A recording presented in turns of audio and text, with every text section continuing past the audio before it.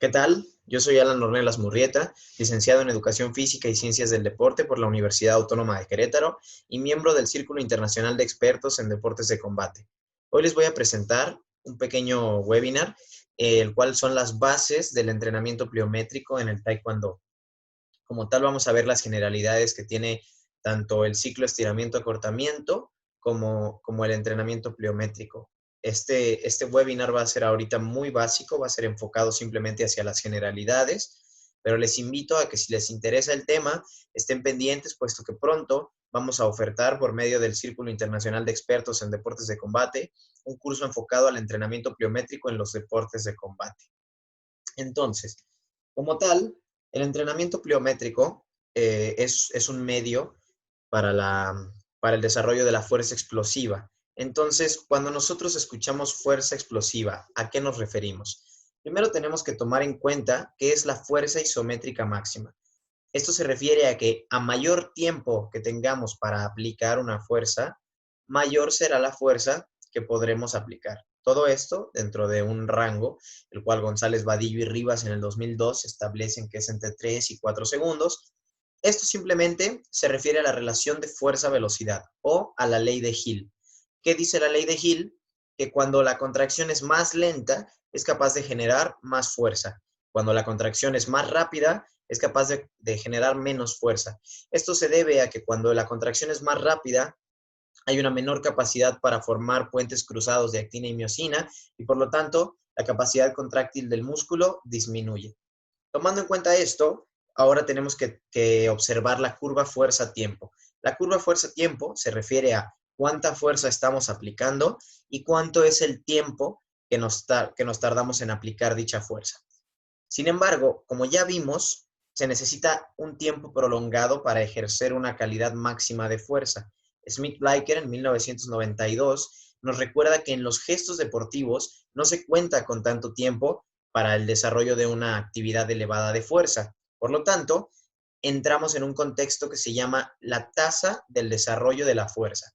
Este simplemente se refiere a cuánto tiempo nos tardamos en desarrollar un nivel elevado de fuerza. Esta definición es igual a la que muchos autores proponen como la de fuerza explosiva. ¿Qué tanta fuerza puedo generar, pero qué tan rápido? Según Aoyana, en el 2015, él realizó una revisión sistemática en la cual observó la terminología del entrenamiento de la fuerza y él se dio cuenta de que el término fuerza explosiva era uno de los que más confusión causaban entre el medio, puesto que diferentes autores le daban diferentes connotaciones al término. Pero en este caso vamos a hablar de la fuerza explosiva por su valor que tiene como método de coacheo con los atletas, puesto que permite un poquito ser más explícitos con lo que nosotros estamos pidiendo. Cuando le pedimos al atleta que realice el gesto de manera más explosiva, él lo entiende de manera directa. Sin embargo, cuando le pedimos que emplee una mayor tasa de desarrollo de la fuerza, tal vez perdamos un poquito de significancia, a pesar de que la precisión científica es mayor.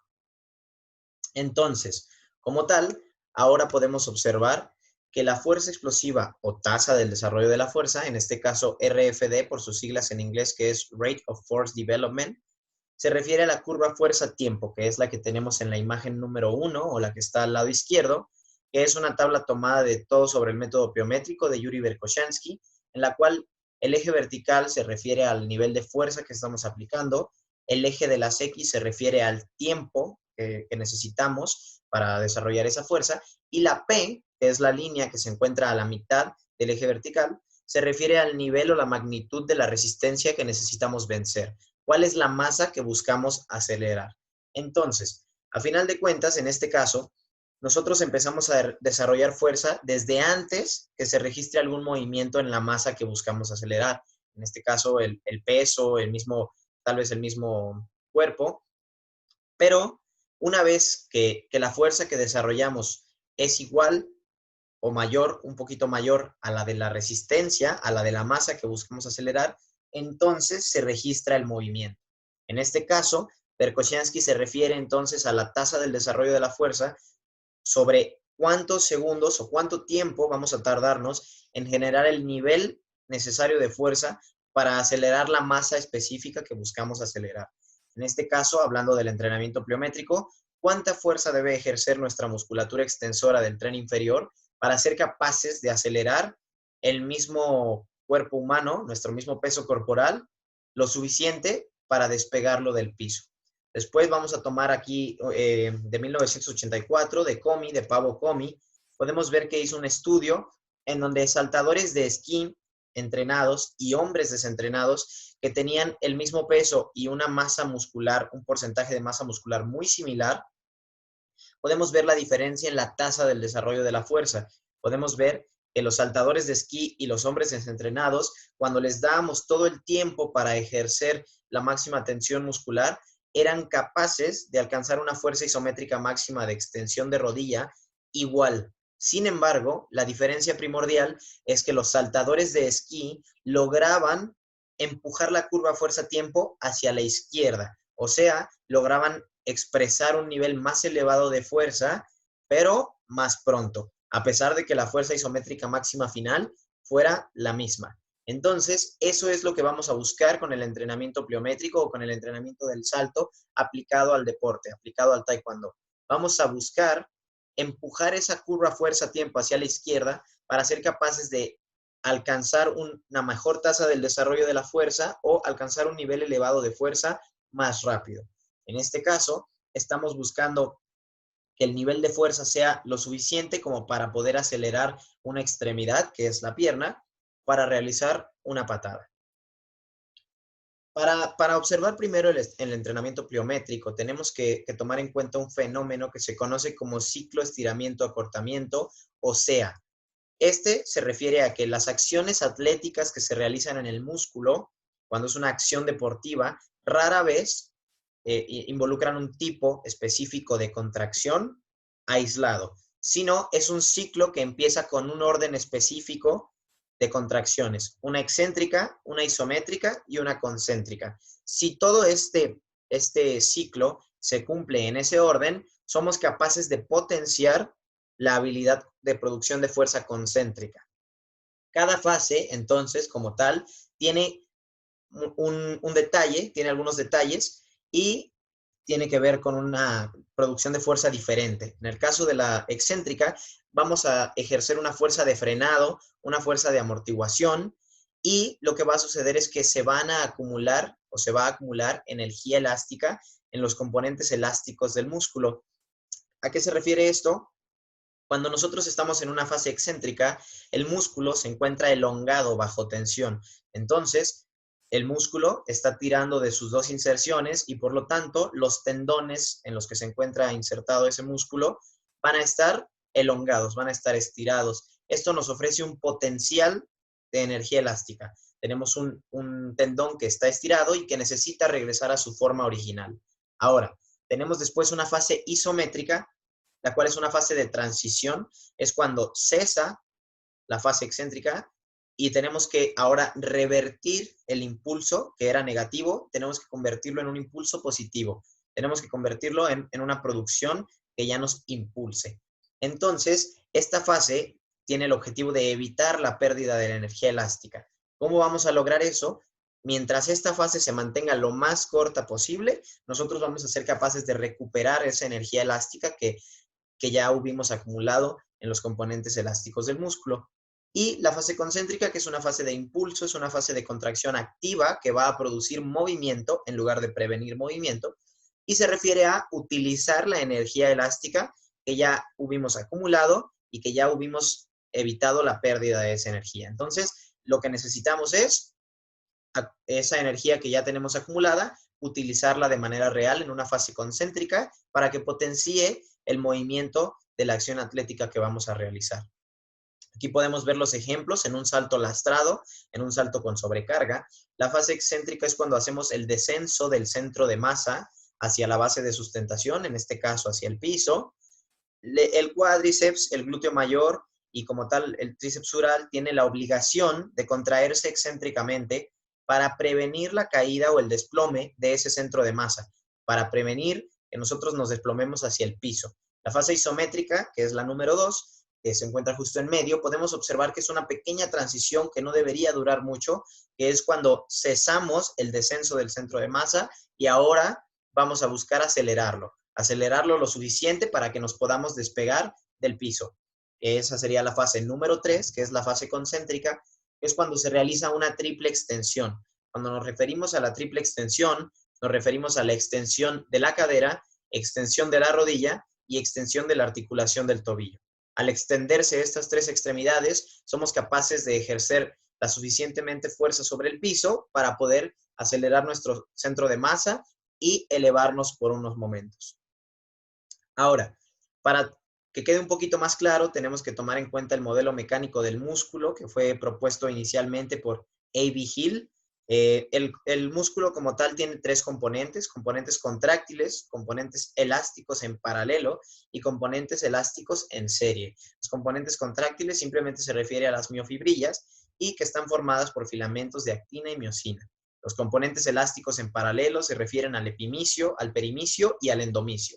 Y los componentes elásticos en serie se refieren al tendón, a la proteína estructural titina y a los puentes cruzados de actina y miosina cuando ya están formados. Sin embargo, en los componentes elásticos en serie es muy importante destacar que el tendón es el mayor protagonista para la acumulación de energía elástica.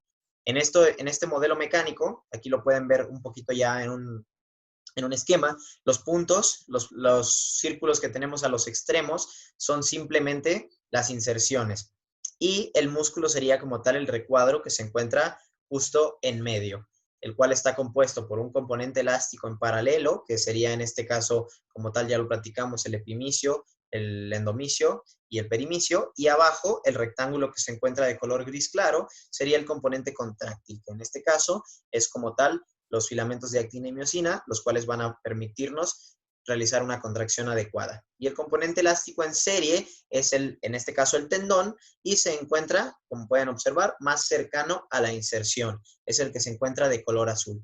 La acumulación de energía elástica va a suceder tanto en el filamento rojo como en el azul, que son los componentes elásticos, y la acción contráctil o la acción de producción de fuerza mecánica va a suceder en el componente contráctil, que es el rectángulo que se encuentra en la parte inferior.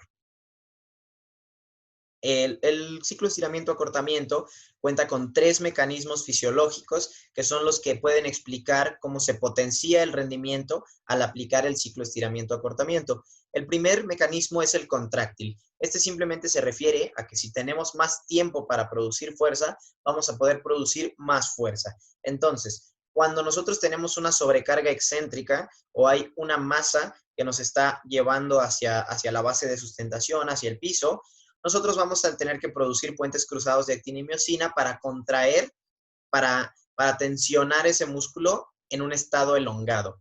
Eso nos va a permitir generar un impulso elevado de fuerza que va a ser aprovechado para mejorar la producción de fuerza concéntrica, contando con más tiempo para la formación de puentes cruzados de actina y miosina. El componente o el mecanismo elástico que se refiere a la acumulación y recuperación de energía elástica en los componentes elásticos tanto en serie como en paralelo. Esta energía elástica por medio de un potencial de energía elástica, que es cuando tenemos estirado nuestro tendón, elongado, seremos capaces de recuperarla y nos va a ayudar tanto a la producción elevada de fuerza, a suplementar esa producción de fuerza, como a reducir el coste metabólico de las acciones. Y tenemos un mecanismo reflejo que se refiere a la actividad neuromuscular, que se encuentra basada en dos reflejos que son monosinápticos, que es el reflejo miotático o reflejo de estiramiento y el reflejo de inhibición autógena. El reflejo miotático es llevado a cabo por los usos neuromusculares, los cuales detectan el nivel de elongación o el nivel de estiramiento que tiene un músculo y dan una respuesta refleja, la cual hace que el músculo agonista, una vez que se encuentra muy estirado, muy elongado, se relaje. Y entonces nosotros, se contraiga. Entonces es una respuesta contráctil. Cuando el músculo se empieza a estirar mucho, se empieza a elongar demasiado, el uso neuromuscular da una respuesta refleja contráctil para que el músculo se contraiga, disminuya su longitud. Esto nos va a servir porque cuando nosotros hacemos un drop jump, por ejemplo, que es un salto en profundidad, un salto desde caída, Cuando hacemos el contacto, la fuerza de gravedad está ejerciendo como tal una fuerza sobre nuestro centro de masa que quiere ir hacia el piso, y entonces nuestra musculatura extensora del tren inferior tiene que responder de manera contráctil, y mientras más rápido se contraiga esa musculatura, más cantidad de fuerza podemos ejercer, porque nos va a dar más tiempo bajo tensión, nos va a dar más tiempo para la formación de puentes cruzados de actina y miosina. Y tenemos también el reflejo de inhibición autógena, el cual es llevado a cabo por los órganos tendinosos de Golgi, y ese lo que hace es detectar el nivel de fuerza o la cantidad de fuerza que está produciendo un músculo y mandar una respuesta inhibitoria para que el músculo se relaje. Esto es importante porque en ciertas actividades donde necesitamos desarrollar un nivel elevado de fuerza, pero de manera muy rápida, si nosotros no tenemos elevado el umbral de este reflejo, muy fácilmente vamos a entrar en una fase inhibitoria en donde no nos va a permitir desarrollar la cantidad elevada de fuerza que queremos debido al reflejo. Entonces, tenemos ciertas condicionantes para dar énfasis a cada mecanismo. En el caso del mecanismo contráctil, la condicionante es que debe haber una sobrecarga excéntrica y debe haber una velocidad menor de ejecución. En el caso de la condicionante para darle preponderancia a la porción elástica o al mecanismo elástico, es necesario que la fase de transición entre lo excéntrico y lo concéntrico sea rápida para evitar que haya una disipación de la energía elástica convertida en calor. Y en el caso para el mecanismo reflejo, es necesario que haya una rápida y súbita elongación bajo tensión. O sea, que nosotros seamos expuestos a una elongación bajo tensión, a una contracción excéntrica, pero que sea súbita, que sea repentina y que sea de alta intensidad. Entonces, ¿cuándo utilizamos el ciclo estiramiento-acortamiento en el taekwondo? Lo utilizamos sobre todo en la guardia o en el step, cuando vemos esos pequeños rebotes que son dominantes de tobillo, donde hay poca flexión de cadera, poca flexión de rodilla, y entonces el tendón de Aquiles se encuentra acumulando y recuperando energía elástica en todo momento. Si se fijan, justo antes de hacer el ataque con la pierna adelantada, en este caso, el peleador azul está realizando ese step, y el último paso, la última acumulación de energía elástica en el tendón, va a asistir a la patada, va a asistir a la producción de fuerza de la patada, pero también a reducir el coste metabólico de la patada. Una vez hecho esto, nosotros podemos hacer un diagnóstico de a qué le vamos a dar más importancia en el entrenamiento explosivo del tren inferior, a lo contráctil, a lo elástico o a lo reflejo. Todo esto depende de las necesidades inherentes del deporte. Obviamente, en deportes donde se buscan acelerar masas más grandes, como puede ser tal vez el judo o la lucha, tal vez le daríamos más importancia al mecanismo contráctil del ciclo estiramiento-acortamiento. Pero en este caso, en el taekwondo, tal vez nos convenga enfocarnos un poquito más en el componente elástico, en el mecanismo elástico del ciclo estiramiento-acortamiento. Entonces, ¿qué es la pliometría? Hablando ya un poquito en lo del tema. Según Verkhoshansky y Lazarev en 1989, la pliometría es la capacidad específica para desarrollar una acción muscular elevada, o sea, una contracción concéntrica, pero todo esto tiene que suceder después de que el músculo se vio expuesto a un brusco estiramiento mecánico o a una contracción excéntrica de alta intensidad también. Entonces, para que esta contracción excéntrica suceda y se activen los mecanismos reflejos del ciclo estiramiento-acortamiento, el drop jump, por ejemplo, un salto en profundidad, es un medio específico, puesto que la caída es intensa, la caída además es repentina y es brusca, y por lo tanto el cuerpo humano lo reconoce como un estímulo negativo y da un reflejo que nos va a ayudar a la producción elevada de fuerza rápida. Entonces, Verkhoshansky, aquí vamos a ver un poquito de uno de sus segundos experimentos, ya un poquito para la pliometría del tren superior, pero que demuestra más o menos una curva fuerza-tiempo. En este caso es una curva aceleración-tiempo, pero a final de cuentas la fuerza simplemente es masa por aceleración. Entonces, si tú eres capaz de acelerar más una masa, seguramente seas más fuerte. Entonces, tenemos a Verkhoshansky, en la imagen de la izquierda tenemos su experimento. En él nosotros teníamos que realizar, o el atleta tenía que realizar, una extensión de miembro superior desde distintas posiciones iniciales. La primera era con la carga en un parado total, sin que el atleta tuviera que ejercer nada de fuerza, y después simplemente ejercer la fuerza concéntrica.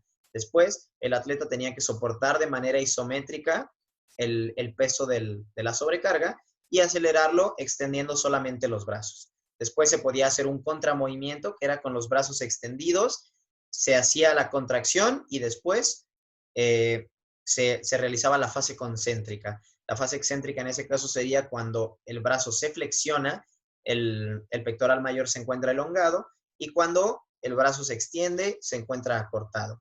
Y por último, un lanzamiento con caída, un drop toss, en el cual desde una cierta altura se dejaba caer la sobrecarga y el atleta tenía que frenar esa caída y después volver a impulsarla. Como podemos ver entonces en la imagen número 2, el número 4, que es el que yo me refería, que es la acción pliométrica, donde hay que frenar y después acelerar, nos permitió no solo una producción más elevada de aceleración, o sea, no solo se aceleró más la masa, sino que se aceleró desde antes, se permitió acelerar un poquito más rápido ese levantamiento en los niveles de aceleración, sucedió antes que en los otros tres tipos de lanzamiento. Como tal, en base a esto, él desarrolló ya ejercicios pliométricos, ejercicios que requieren de un estiramiento mecánico brusco, pero de una fase de transición rápida y un empuje explosivo, y ellos permiten aprovechar los mecanismos reflejos, los mecanismos elásticos y los mecanismos contráctiles del ciclo estiramiento-acortamiento. Entonces, ¿cómo sé si estoy haciendo pliometría o si estoy haciendo saltos? Como tal, en ambos, en la pliometría y en los saltos, hay una acumulación y recuperación de energía elástica. Básicamente, toda la pliometría pueden ser saltos cuando sea enfocada al tren inferior, pero no todos los saltos son considerados pliométricos. Como tal, en lo que estamos buscando en la pliometría es la activación de los mecanismos reflejos y en los saltos muchas veces no se cumple con esa activación de los mecanismos reflejos, puesto que el estiramiento tiene que ser brusco y de alta intensidad. La tasa del desarrollo de la fuerza como tal en el mecanismo pliométrico, cuando estamos asistidos por la altura de un cajón y por la sobrecarga gravitacional, nos permite una tasa del desarrollo de la fuerza que no lograríamos si hiciéramos el salto nosotros solos con un contramovimiento. Mientras que en los saltos, la tasa del desarrollo de la fuerza muchas veces es submáxima o máxima en algunos casos cuando somos capaces de ejecutarlo en las condiciones adecuadas. Entonces, los efectos del entrenamiento de saltos en el taekwondo, podemos observar que hay distintos estudios en los cuales se ha visto y se ha observado el efecto que tiene el entrenamiento con saltos o el entrenamiento pliométrico en el rendimiento de los atletas de taekwondo. En estos artículos, tanto se observa el cambio en la forma física general, tomando en cuenta solo saltos longitudinales o saltos verticales. Sin embargo, también en algunos de ellos se estudia los cambios en los torques máximos, tanto en rodilla como en cadera. Entonces nos permite ver un poquito más la transferencia hacia el pateo. Entonces, ¿qué tenemos que considerar para poder prescribir un entrenamiento pliométrico a mis atletas? Primero que nada, la dirección de aplicación. ¿En qué dirección nosotros como atletas de taekwondo tenemos que aplicar la fuerza sobre la base de sustentación y hacia qué dirección se va a mover nuestro centro de masa como consecuencia de la aplicación de fuerza en el piso? Correspondencia dinámica, que simplemente se refiere a que nosotros tenemos que tomar en cuenta que el gesto técnico que vamos a prescribir tenga una relación con los grupos musculares que vamos a necesitar para la acción técnica y que tenga una cierta similitud tanto metabólica como contráctil, que se parezca al gesto que vamos a necesitar o en el que queremos incidir. ¿Qué tipo de salto vamos a utilizar? Pronto vamos a ver la clasificación de los saltos que yo propongo. ¿Cuál va a ser la intensidad de esos saltos? Para, conforme a ella, prescribir un volumen y después saber cuántos días o en cuántos días vamos a repartir ese volumen. La parte de arriba es la primera y se refiere a la selección del medio, a seleccionar los medios de entrenamiento, y la parte de abajo se refiere a cómo vamos a dosificar esos medios de entrenamiento para prescribirlos a nuestros atletas. Entonces, tenemos que en el taekwondo se pueden presentar, como en la imagen 1, fuerzas horizontales hacia el frente, donde como pueden ver se extiende la cadera y se extiende la rodilla que está en contacto con la base de sustentación o que está realizando el apoyo de la peleadora roja, se extiende causando que el centro de masa del atleta se desplace de manera horizontal hacia adelante. Vamos a tener direcciones de aplicación rotacionales, como en el número 2, donde vemos a Pascal haciendo una patada doble, en donde el centro de masa, si bien no se desplaza mucho, lo que sí sucede es que está habiendo una rotación sobre el plano transverso. Tenemos después en los saltos que va a haber un desplazamiento o una dirección de aplicación de la fuerza vertical, que son los 3, son saltos de baja intensidad, es el step, pero podemos ver que el centro de masa se desplaza ligeramente hacia arriba y hacia abajo, de manera vertical. Y luego tenemos saltos que son horizontales laterales, donde la pierna se encuentra empujando desde una posición de abducción. Por lo tanto, vamos a reclutar un poquito más el glúteo medio, se va a volver un músculo más protagonista y es necesario que lo trabajemos también de manera lateral para que fortalezcamos la producción explosiva de fuerza por medio del glúteo medio. Entonces, ¿cuáles son las diferencias entre direcciones de aplicación o por qué prescribir saltos que fueran horizontales, verticales, en este caso rotacionales, laterales? Podemos ver aquí, a la izquierda, podemos ver un salto, un standing long jump o un salto longitudinal y podemos ver que se encuentra la cadera en total extensión. Si viéramos el video completo, podríamos ver que de hecho las rodillas tienen poca extensión. Y podemos ver a la derecha a Dae Jun Lee haciendo una patada con la pierna de atrás, una banda al chagi, y podemos ver que se encuentra su cadera en total extensión, pero la rodilla va a tener muy poco protagonismo a la hora de aplicar la fuerza contra el piso. Después de la fase de vuelo del pateo, cuando haya que hacer la fase de impacto, seguramente haya un poquito más de extensión de rodilla, pero cuando aplicamos fuerza sobre el piso, no hay tanto protagonismo de la rodilla. Podemos ver entonces que en estudios realizados por Robertson y Fleming en 1987, por Hubley y Wells en el 83, podemos ver que el salto horizontal tiene mucha contribución de cadera y mucha contribución de tobillo, o sea, glúteo mayor y tríceps sural está trabajando a tope, pero el cuádriceps está trabajando muchísimo menos. Eso horizontalmente. Y verticalmente podemos ver que todo está más equilibrado, pero la tendencia va hacia la rodilla. La dominancia de rodilla ya se ve más notoria. La rodilla está llevando a cabo muchísimo más trabajo.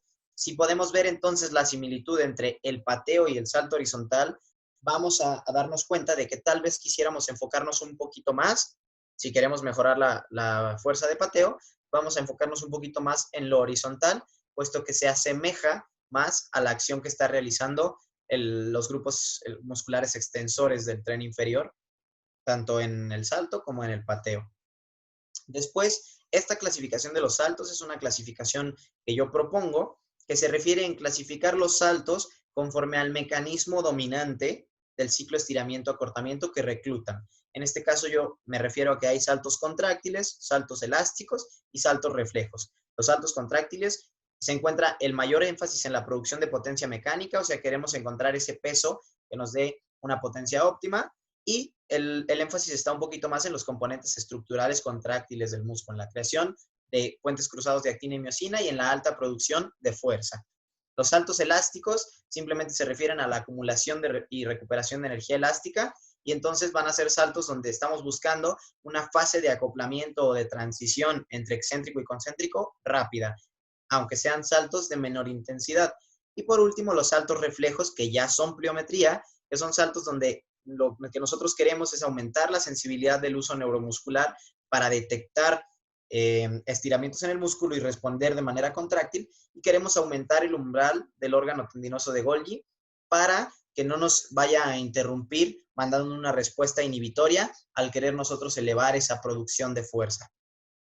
Tomando en cuenta esto, podemos ver algunos ejemplos. Saltos contráctiles serían saltos que sean lastrados, que sean resistidos, donde a lo mejor la velocidad con la que aceleramos el centro de masa es menor, pero eso nos permite que haya una mayor formación de puentes cruzados y que haya una mayor producción de fuerza.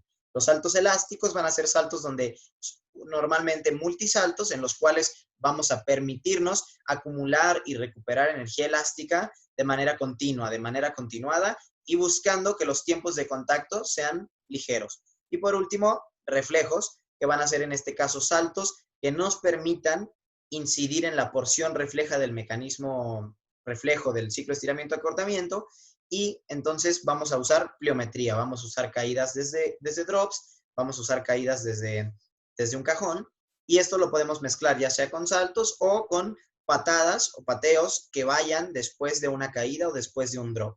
Como tal, ahorita lo voy a explicar en muy general, pero espero que si les interesa se unan al curso para que podamos ver entonces sí medios específicos, pueda mostrarles medios específicos para incidir en el mejoramiento de la fuerza de pateo o de golpeo en el caso de los deportes de combate.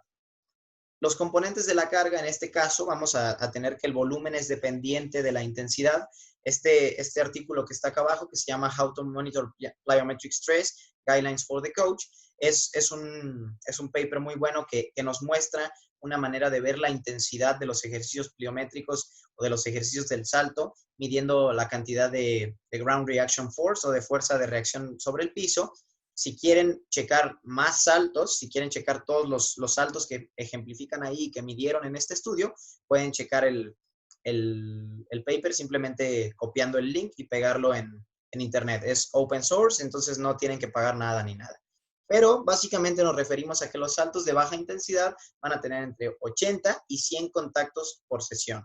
Los de media intensidad entre 60 y 80, los de alta entre 40 y 60 y los de muy alta entre 20 y 40 contactos por sesión. Esto puede a lo mejor verse empujado, podemos ver incluso algunas revisiones donde hay volúmenes de saltos de 150, 180 contactos sobre sesión, pero yo prefiero ser un poquito más conservador, prefiero no arriesgar al sistema neuromuscular y prefiero prescribir por los límites bajos, prefiero quedarme corto que pasarme. Eso lo dice muy marcado Verkhoshansky en el 2006 en su libro Todo sobre el método pliométrico. Él dice que en el caso del entrenamiento pliométrico siempre es mejor quedarse corto que excederse. Entonces, aquí tenemos como tal un ejemplo de una estructuración cíclica para Taekwondo, en el cual yo le voy a dar más énfasis a los saltos elásticos, a los multisaltos, y lo que voy a estar buscando es que mi tendón esté trabajando, que esté acumulando y recuperando energía elástica. Sin embargo, en ciertas etapas también voy a trabajar lo contráctil y lo reflejo. En este caso, como pueden ver en una etapa general, ya sea que estemos manejando un modelo de periodización tradicional o un modelo ATR, en una etapa general o de acumulación, estaríamos buscando un poquito más de producción de fuerza, saltos contráctiles, y estaríamos buscando introducir una carga elástica para que empecemos a acondicionar las estructuras elásticas del cuerpo a la acumulación y recuperación de energía elástica. En una etapa especial estaríamos reduciendo un poquito el volumen de saltos contráctiles, pero aumentando tal vez la intensidad y entonces aumentaríamos el volumen de saltos elásticos, ya dándole un poquito más de énfasis a que los tiempos de contacto sobre el piso se disminuyan, disminuyendo así la fase de transición entre lo excéntrico y lo concéntrico para permitirnos recuperar más energía elástica. Y por último, en una etapa ya específica cercana a la competencia, podemos meter un poquito más los saltos reflejos, tomando en cuenta que sea poco volumen para evitar fatigar al sistema neuromuscular y algunos saltos elásticos tal vez que también estén enfocados ya a los tiempos de contacto muy bajos, que sean de alta intensidad, pero que sean un volumen muy bajo. Por ejemplo, esta sería la ejemplificación de un programa general y entonces podemos observar que para poder nosotros cumplir, tenemos la dirección de aplicación, que ya la habíamos platicado, y tenemos los tipos de saltos, los contráctiles, elásticos y reflejos. Entonces, yo lo que necesito hacer para programar es seleccionar un medio vertical, uno horizontal, uno lateral y uno rotacional por cada tipo de salto, por cada mecanismo del ciclo estiramiento-acortamiento, para trabajar todo el esquema por completo. Aquí podemos ver entonces que, por ejemplo, contráctiles, yo utilizo saltos resistidos, utilizo saltos que me permitan un tiempo más prolongado de tensión muscular y que me permitan elevar un poquito la producción de fuerza. Y como pueden ver, son saltos que son verticales, como el squat jump, un standing long jump, que es más horizontal, un standing long jump lateral, que si poco a poco vamos armando el curso, les voy a ir mostrando cuáles son cada uno de estos medios y cuál va a ser la técnica de ejecución de cada uno. Como pueden ver entonces, yo a los contráctiles les doy medio volumen, un volumen moderado, a los elásticos les doy un poco más de volumen y luego a los reflejos recorto totalmente el volumen. Ya no estamos buscando cantidad, ya estamos buscando calidad e intensidad. Entonces, más o menos así podemos ejemplificar un programa muy general, pero que poco a poco vamos a ir viendo cómo convertirlo en lo específico por medio de la implementación del curso en el Círculo Internacional de Expertos en Entrenamiento en Deportes de Combate. Bueno, como tal, esto sería todo. Espero que haya sido de su agrado. Espero que si tienen alguna duda me la escriban sin ningún problema y pues que se mantengan informados para que pronto podamos empezar a armar el curso. Un agradecimiento total al doctor Rodrigo Merlo por permitirme participar y a lo mejor complementar un poquito la información de entrenamiento pliométrico que hay por ahí y por poder encaminarlo hacia los deportes de combate. Muchas gracias.